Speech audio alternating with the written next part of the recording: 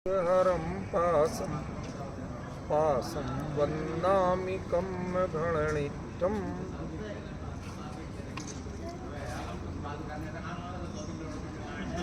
यह जैन समाज का सबसे प्राचीनतम स्तोत्र था। आचार्य भद्रबाहु स्वामी ने भगवान पार्श्वनाथ के इस क्षेत्र के लिए लिखा था। उपसर्ग हरम पासम, जहाँ पर भगवान का उपसर्ग दूर हुआ था, ऐसे पार्श्वनाथ को, मतलब ये प्योर इस क्षेत्र के लिए है। इसलिए मैंने संक्षेप में उसी का आपके बीच में उल्लेख किया, उसी का मंगलाचरण किया। अब हम दो तीन चीज़ जानें कि क्या तीर्थंकरों पर उपसर्ग होते हैं, पार्श्वनाथ क्यों इतने विशिष्ट माने गए।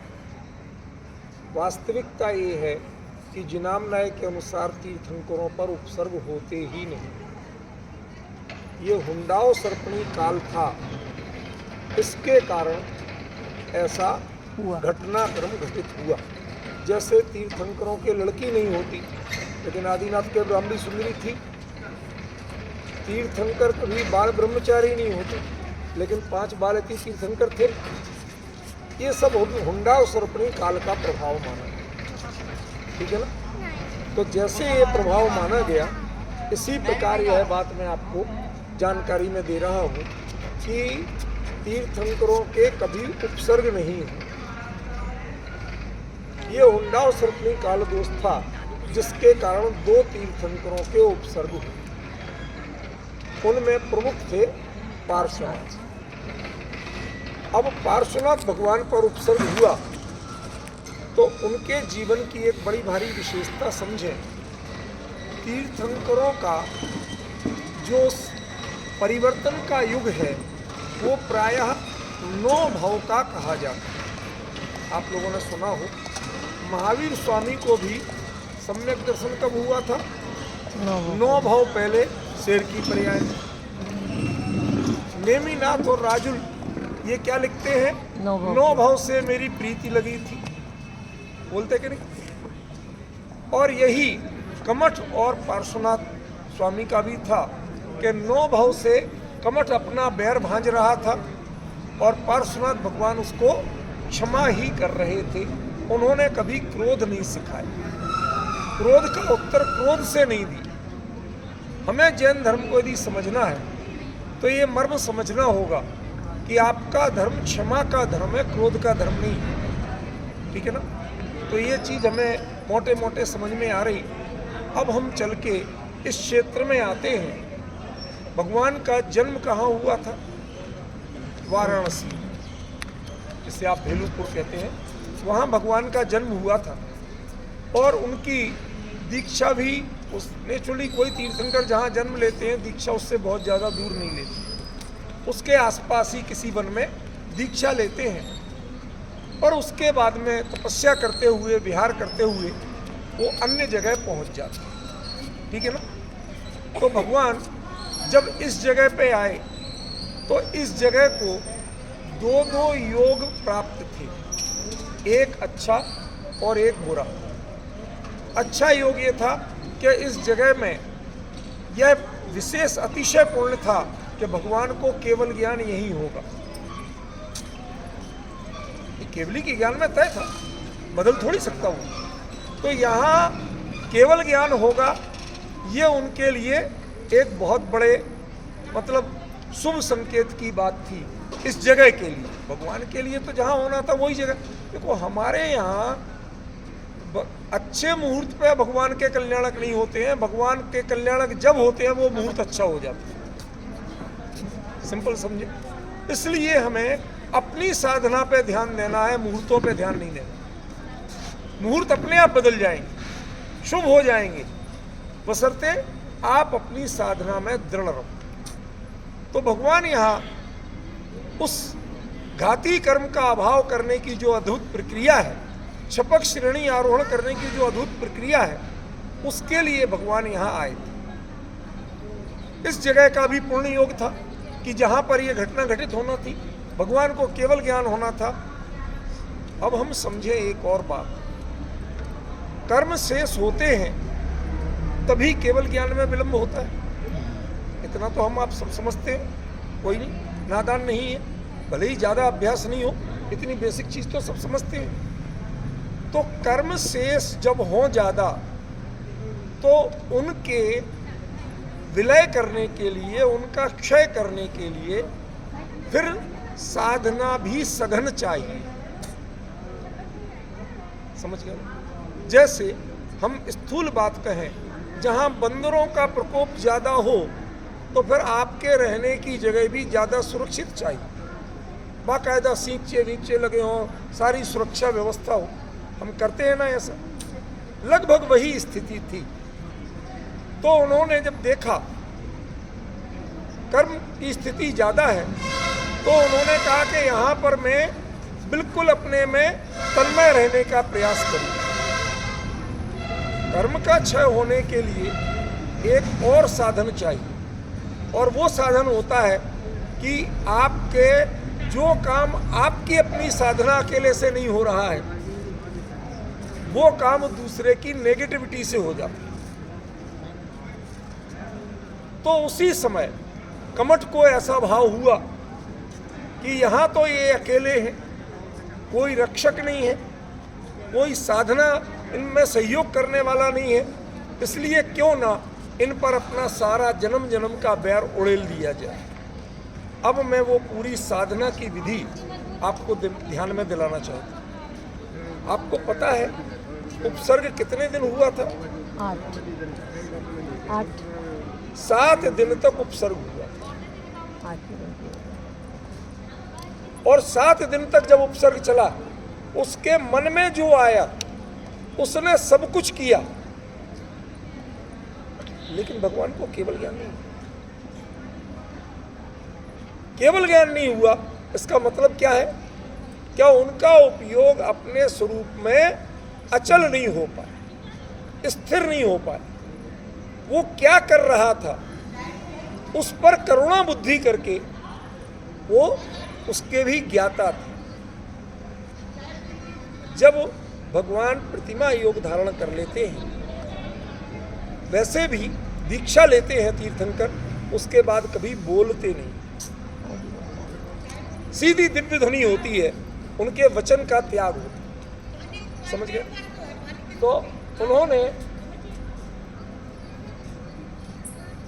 उन्होंने बोलना तो था ही नहीं दीक्षा के बाद, तो साधना में क्या बोलते? उसको जाना और जान के अपने मन में उसके प्रति रंच मात्र भी आक्रोश नहीं किया, करुणा भाव रखा कि ये भ्रम से भूला हुआ है, ये किस पर कसाय कर रहा है। भगवान जान रहे थे कि इसका भी भव्यपना निकट आ रहा है, इसको भी जैसे मुझे कर्म खिराना है ऐसे ही इसको अपनी कसाय खिराना है, कसाय दूर करने दीजिए। तो उन्होंने उसको करने दिया, जो करना था, जो करना था करने दिया। वो बड़े करुणा भाव से उसके सारी इन क्रियाओं के ज्ञाता बने रहे। मैं आपसे पूछना चाहता हूं, आपको जरा सी गर्मी लग रही, आप चैन से बैठ पा रहे? कोई अच्छी चर्चा चल रही, लेकिन आप में सब्र नहीं। आपको पहले एक मच्छर आए तो उसे उड़ाना, जरा सी गर्मी आए तो हवा करना। हमारे परिणामों में कितनी विचलितता है, और ये क्षेत्र कितनी स्थिरता का है। पार्श्वनाथ भगवान ने यहां पर वो स्थिरता सिखाई थी, परिस्थितियों से विचलित ना हो। वो 7 दिन तक विचलित नहीं हुए, और हम 7 सेकंड सब्र नहीं कर पाते। बताइए, हम उनकी आराधना करने आए हैं क्या यहाँ? हमने इसको तीर्थाटन माना, घूमने आए, देखने आए, मंदिर दर्शन करने आए हैं। वास्तव में कोई प्रेरणा लेने नहीं आए हैं, कोई मोटिवेशन लेने नहीं आए हैं, कुछ सीखने नहीं आए। यह हमारे परिणामों की कमजोरी। हम उन जिन्होंने यहाँ इतनी तपस्या की, जिनके ऊपर इतने उपसर्ग हुए, उनके बारे में आप सुन समझ नहीं सकते हैं थोड़े धैर्य से। इसका मतलब है कि इस क्षेत्र की मिट्टी का आप पर इतना भी प्रभाव नहीं। समझ में आया? उन्होंने क्या किया था, 7 दिन तक उसे जो जो समझ में आया हर तरह का उपसर्ग किया। और पार्श्वनाथ स्वामी ने, आप तो कहेंगे कि हर उपसर्ग को सहा, जी नहीं सहा था। तो प्रतिकार किया था कि प्रतिकार भी नहीं किया? क्यों? वो उपसर्ग उनके लिए उपसर्ग था ही नहीं। ऐसे समझिए कि जैसे एक किसी बड़े कमरे में बुलेट प्रूफ शीशा बहुत बड़ा लगा हो, पूरी दीवार की साइज का, उसके उस पार शेर हो, नाग हो, भयंकर जंतु हो, और इस पार एक बच्चा इत्मीनान से उनको खेलते देख रहा हो, वो उस पर झपटे और वो उस पर ऐसे उंगली, उसके उंगली या हाथ देख के वो झपटे, लेकिन वो ना उसको छू पा रहे और ना उसकी आनंदमयी क्रीड़ा को वंचित कर पा रहे, बाधित कर पा रहे। बच्चा अपना खेल रहा क्योंकि उसे चोट लगी ही नहीं, और शेर अपना आक्रोश दिखा रहा क्योंकि उसके तो कसाय उमड़ गई, उसे तो खाने का भाव हो रहा है। तीर्थंकर स्वयं रक्षित होते हैं। तीर्थंकर का शरीर वज्र वृषभ नाराज संगनन का होता है। उनको बड़े से बड़े पत्थर, क्या पहाड़ भी गिरे तो पहाड़ टूटेंगे, उनके शरीर को खरोंच भी नहीं आता। इसी का नाम वज्र वृषभ नाराज संगनन है। तो तीर्थंकर पार्श्वनाथ इस क्षेत्र पर आकर के उन्होंने साधना की वह विधि सिखाई जो हमने आज तक नहीं सीखी। हमें पता ही नहीं है कि 7 दिन तक उपसर्ग चला था। उसके बाद धड़ेन्द्र पद्मावती को भाव हुआ कि भाई भगवान की रक्षा कर। पहले ये तो सोचो कि जैन धर्म में भगवान की रक्षा कोई कर सकता है? धर्मेंद्र और पद्मावती ये बहुत क्षुद्र जाति के देव हैं। क्षुद्र माने तिरस्कार नहीं कर रहा हूं, हमारे यहाँ देवों के 4 निकाय माने गए। 4 निकायों में से जो भवनवासी, व्यंतर और ज्योतिषी, ये 3 निकाय के जो देव होते हैं वो जन्म से गारंटी से मिथ्या दृष्टि होती है, और जो मिथ्यात्व से युक्त है वो अपने आप छोटा है, और जिसके वैमानिक देव अकेले सम्यक दृष्टि हो सकते हैं तो वो अपने आप बड़े हुए। अब आप विचार करिए कि सौधर्म इंद्र, सौधर्म जो विमान है, कितने हजार विमान होते हैं, उतने सारे विमानों का स्वामी एक इंद्र, वह क्या कर रहा था? वह भगवान का हर कल्याणक मना रहा था, उनके लिए हाथ जोड़े खड़ा था। उसने उपसर्ग क्यों दूर नहीं किया? उसकी सामर्थ्य तो इतनी थी कि यदि वो आ जाए तो कमठ जैसे की हिम्मत नहीं थी कि खड़ा रह जाए। जैसे इस जगह पे यदि राष्ट्रपति के आने का तय हो जाए तो पुलिस वाले एरिया के जितने इलीगल एलिमेंट्स हैं उनको पहले ही तड़ी पार कर देंगे, सब बाहर हो। क्यों? क्योंकि महामहिम आ रहे। यही स्थिति सौधर्मेंद्र की होती है। सौधर्मेंद्र जहां जाएगा वहां पर ना भवनवासी कोई उपद्रव कर सकते, ना व्यंतर कर सकते, ना ज्योतिषी कर सकते।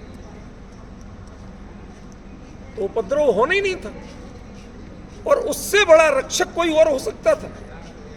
तो जिसने भगवान के 4 कल्याणक, 3 कल्याणक मना चुका था और 4था कल्याणक मनाने के लिए जो तैयार था, उसने प्रयास क्यों नहीं किया? मेरा प्रश्न समझ में आ रहा है? उसे तो प्रयास करना चाहिए था ना, उसने क्यों प्रयास नहीं किया? रोगी बेटे, समझ में आई बात? लेकिन ये तय है कि उसने नहीं किया, वो नहीं आया था। वो जान सब रहा था, देख सब रहा था। क्यों? क्योंकि कर्मों के क्षय होने की प्रक्रिया यही है। जब तेजी से क्षय होते हैं तो पिछले जितने हैं सब उदय में आके क्षय को प्राप्त, समझ गए? तो बचे खुचे सारे कर्म एक साथ कमठ के माध्यम से उदय में आ रहे हैं। अब उन कर्मों को निकलने, जैसे आपको बुखार हो और आप काढ़ा पिए, पसीना निकलता है, तो पसीना निकलने से रोकते हो आप? जितना निकलेगा उतना बुखार निकलेगा। ऐसे ही जितने उपसर्ग आदि होंगे इनके माध्यम से उतने कर्म निकलना थे, इनकी हानि कहाँ होना। शरीर तो वज्र सम नारा संघन का था, समझे आप। इसलिए पार्श्वनाथ पर वास्तव में उपसर्ग हुआ ही नहीं था। कमठ ने उपसर्ग किया था, इसमें कोई दो राय नहीं, लेकिन उपसर्ग होना तो तब कहलाता है कि जब मैं डिस्टर्ब हूं। जैसे अभी आप जरा सी गर्मी से डिस्टर्ब हो, आप पंखा चलाने लगे, मच्छर उड़ाने लगे, तो आप डिस्टर्ब हुए ना। जब वे डिस्टर्ब ही नहीं हुआ तो उपसर्ग किसको कहें। तुमने किया ये सही था, पर मेरे ऊपर हुआ ये गलत था। मेरे माने पार्श्वनाथ। तो 7 दिन तक कमठ ने अपनी लीला की, लेकिन पार्श्वनाथ स्वामी उसके ज्ञाता बने रहे, उससे विचलित नहीं। कर्म क्षय होता रहा, लेकिन पूरी तरह से नष्ट नहीं।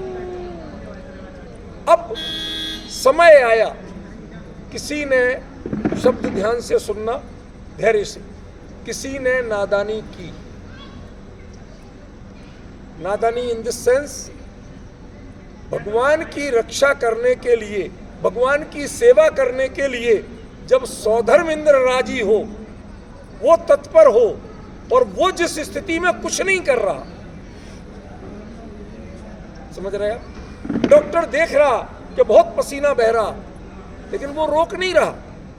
निकलेगा पसीना जब ही तो बुखार के कीटाणु निकलेंगे, वो ये देख रहा है। और दूसरा अनाड़ी आया, उसने फटाक से एसी चालू कर दिया कि बहुत पसीना निकला। तो अब क्या करना पड़ेगा बताइए ना, आप समझदार हो सब, क्या करना पड़ेगा। पसीने की स्थिति में यदि कोई एसी चालू करेगा तो हमें अपने आप को कंबल से, रजाई से ढकना पड़ेगा। हमें पसीना निकलना बंद नहीं करना। वही बुखार के जीवाणु और कीटाणु निकलने का तरीका। तो जब किसी ने सुविधाओं का छाता लगाया, तो पार्श्वनाथ स्वामी ने अपने उपयोग को अपने स्वरूप में समेट लिया। मानो जैसे हम रजाई उड़ के कवर कर लेते हैं, उन्होंने अपनी परिणति को, उसके कमठ के उपसर्ग के भी ज्ञाता नहीं रहे, फिर वो मात्र अपने स्वरूप में समेट गए।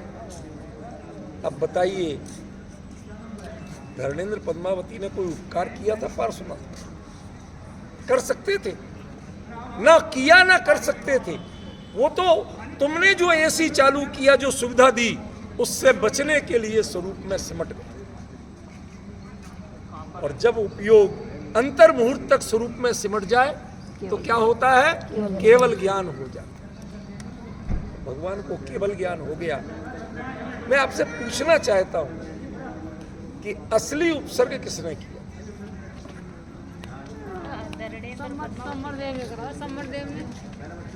कमठ देव का उपसर्ग तो 7 दिन से चल रहा था। उन्होंने जो राग अपना किया, जो धर्मेंद्र पद्मावती ने राग किया कि मैं बचाऊं इस जिन धर्म में, मारना भी कोई किसी को नहीं कर सकता और बचाना भी कोई किसी को नहीं कर सकता। जैसे मैंने एग्जाम्पल दिया कि कोई एसी चला दे बुखार में, पसीने में, तो उसमें आपको अपने आप को ढकना पड़ता है। मतलब वो असली उपसर्ग क्या है? पसीना निकलना उपसर्ग नहीं है, और पसीने में एसी चलाना ही उपसर्ग। ऐसे ही कर्मों की निर्जरा होना ये बाधक नहीं था।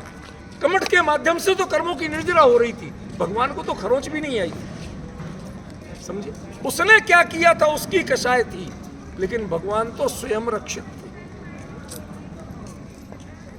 वो उसके ज्ञाता बने हुए थे, जान रहे थे सब कुछ, और करुणा बुद्धि कर रहे थे कि इसको कब समझ आई, कब बुद्धि जगेगी इसकी। 9 भाव से कषाय कर रहा है। आज हमें विचार करना है कि आपको कमठ के मठ में रहना है कि पार्श्वनाथ के मंदिर में रहना है। पार्श्वनाथ के मंदिर में रहना है तो हमें करुणा और क्षमा सीखना पड़ेगा, और कमठ के मठ में रहना है तो हमें क्रोध और अहंकार सीखना। बताइए आप क्या त्यागने को तैयार हैं और क्या अपनाने को तैयार हैं? यदि इस क्षेत्र पे आके भी हम क्षमा का महत्व नहीं सीखते तो हमने कुछ नहीं सीखा। कुछ भी नहीं सीखा हमने।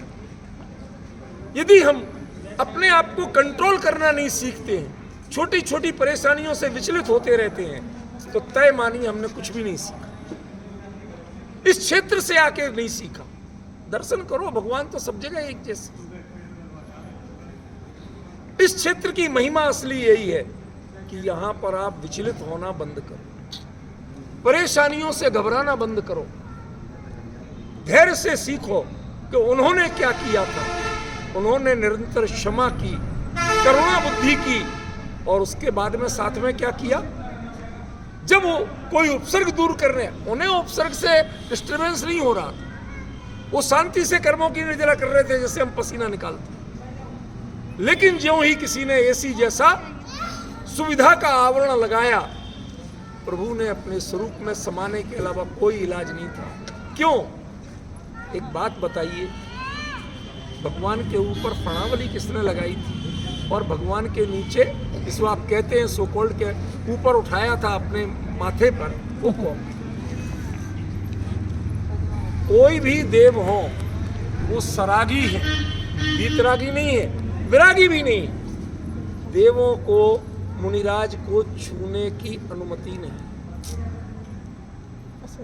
हम लोग भी जब तक शुद्ध प्राशुद्ध वस्त्रों में नहीं आते हैं, हम मुनिराज को स्पर्श नहीं कर सकते।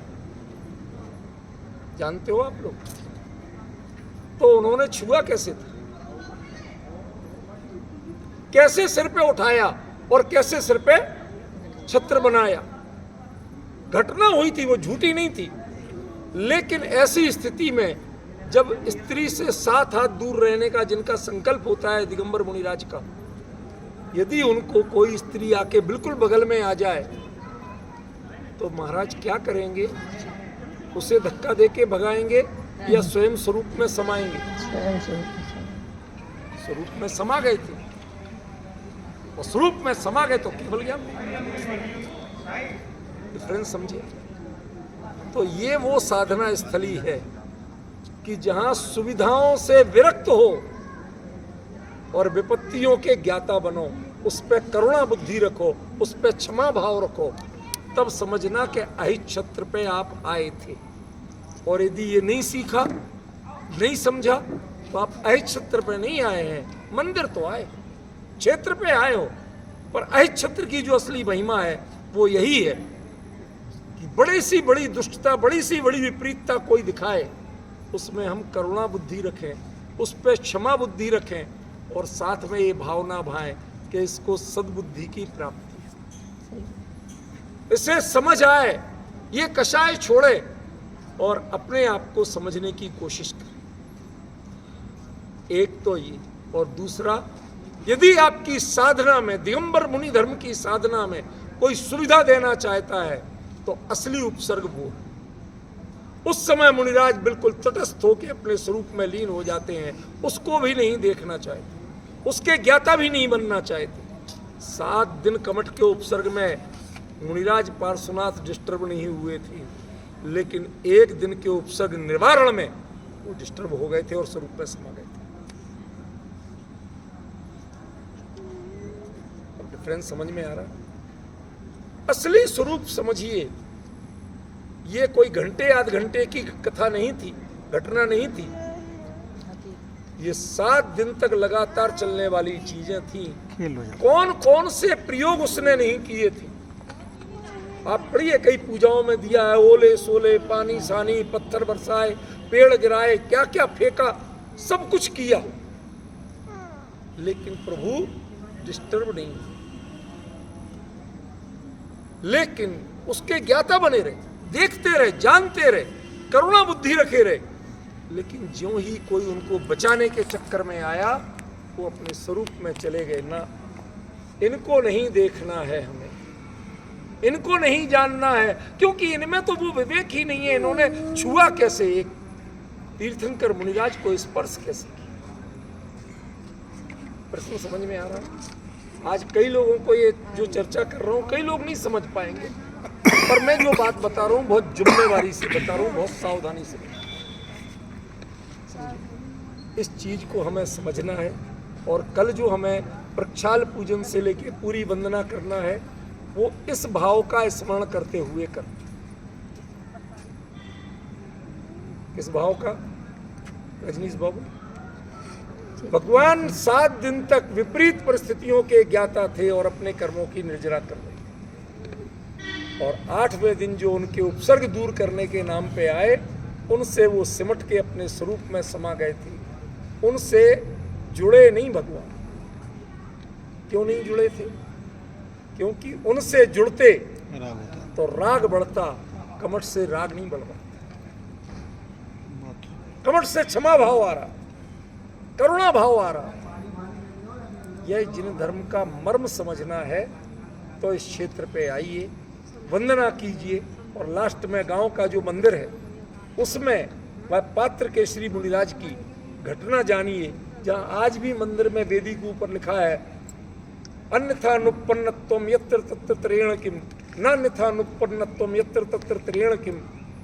इसमें दिया है कि जैन धर्म के अनुसार हेतु का लक्षण क्या है जैन न्याय में, वो वहाँ लिखवाया गया था। पूरी घटना कल मैं जब वहाँ आपको लेके चलूँगा, बताऊँगा। अपने मंदिर में कई बार बताई है दिल्ली में, और बताऊँगा, तो वो समझिए वो घटनाक्रम अलग है और ये क्षेत्र जो है वो अलग है। यहाँ पर प्रभु पार्श्वनाथ का केवल ज्ञान कल्याणक हुआ है। ये तीर्थ क्षेत्र भी है और साथ ही अतिशय क्षेत्र। तीर्थ क्षेत्र किसे कहते हैं? जहां भगवान की दिव्य ध्वनि खिरती है उसे तीर्थ क्षेत्र कहते हैं, और किसी को नहीं कहते। और जहां भगवान के गर्भ, जन्म, तप और ज्ञान, इन 4 में से कोई भी कल्याणक हो उसे अतिशय क्षेत्र कहते हैं। यहाँ भगवान का कौन सा कल्याणक हुआ था? ज्ञान कल्याणक हुआ था, इसलिए अतिशय क्षेत्र है। और यहाँ जब ज्ञान कल्याणक हुआ तो भगवान की दिव्य ध्वनि भी खिरी थी, और दिव्य ध्वनि खिरी, इसलिए तीर्थ क्षेत्र है। हम यहाँ भगवान के संदेश को अपने हृदय में हृदयंगम करने की कोशिश करें, और भगवान की करुणा और क्षमा को अपने जीवन में अपनाने की कोशिश करें। इस पवित्र भावना के साथ हम आपसे आह्वान करते हैं कि कल सुबह हम सब इस क्षेत्र पर समय से प्रक्षाल पूजन करेंगे, पूरे क्षेत्र की वंदना करेंगे, और पूरे अंदर में अपने भावों की विशुद्धि को धारण करेंगे। बोलिए पार्श्वनाथ भगवान की जय हो। ऐ छत्र जी तीर्थ क्षेत्र की जय हो। ऐ छत्र जी अतिशय क्षेत्र की जय हो।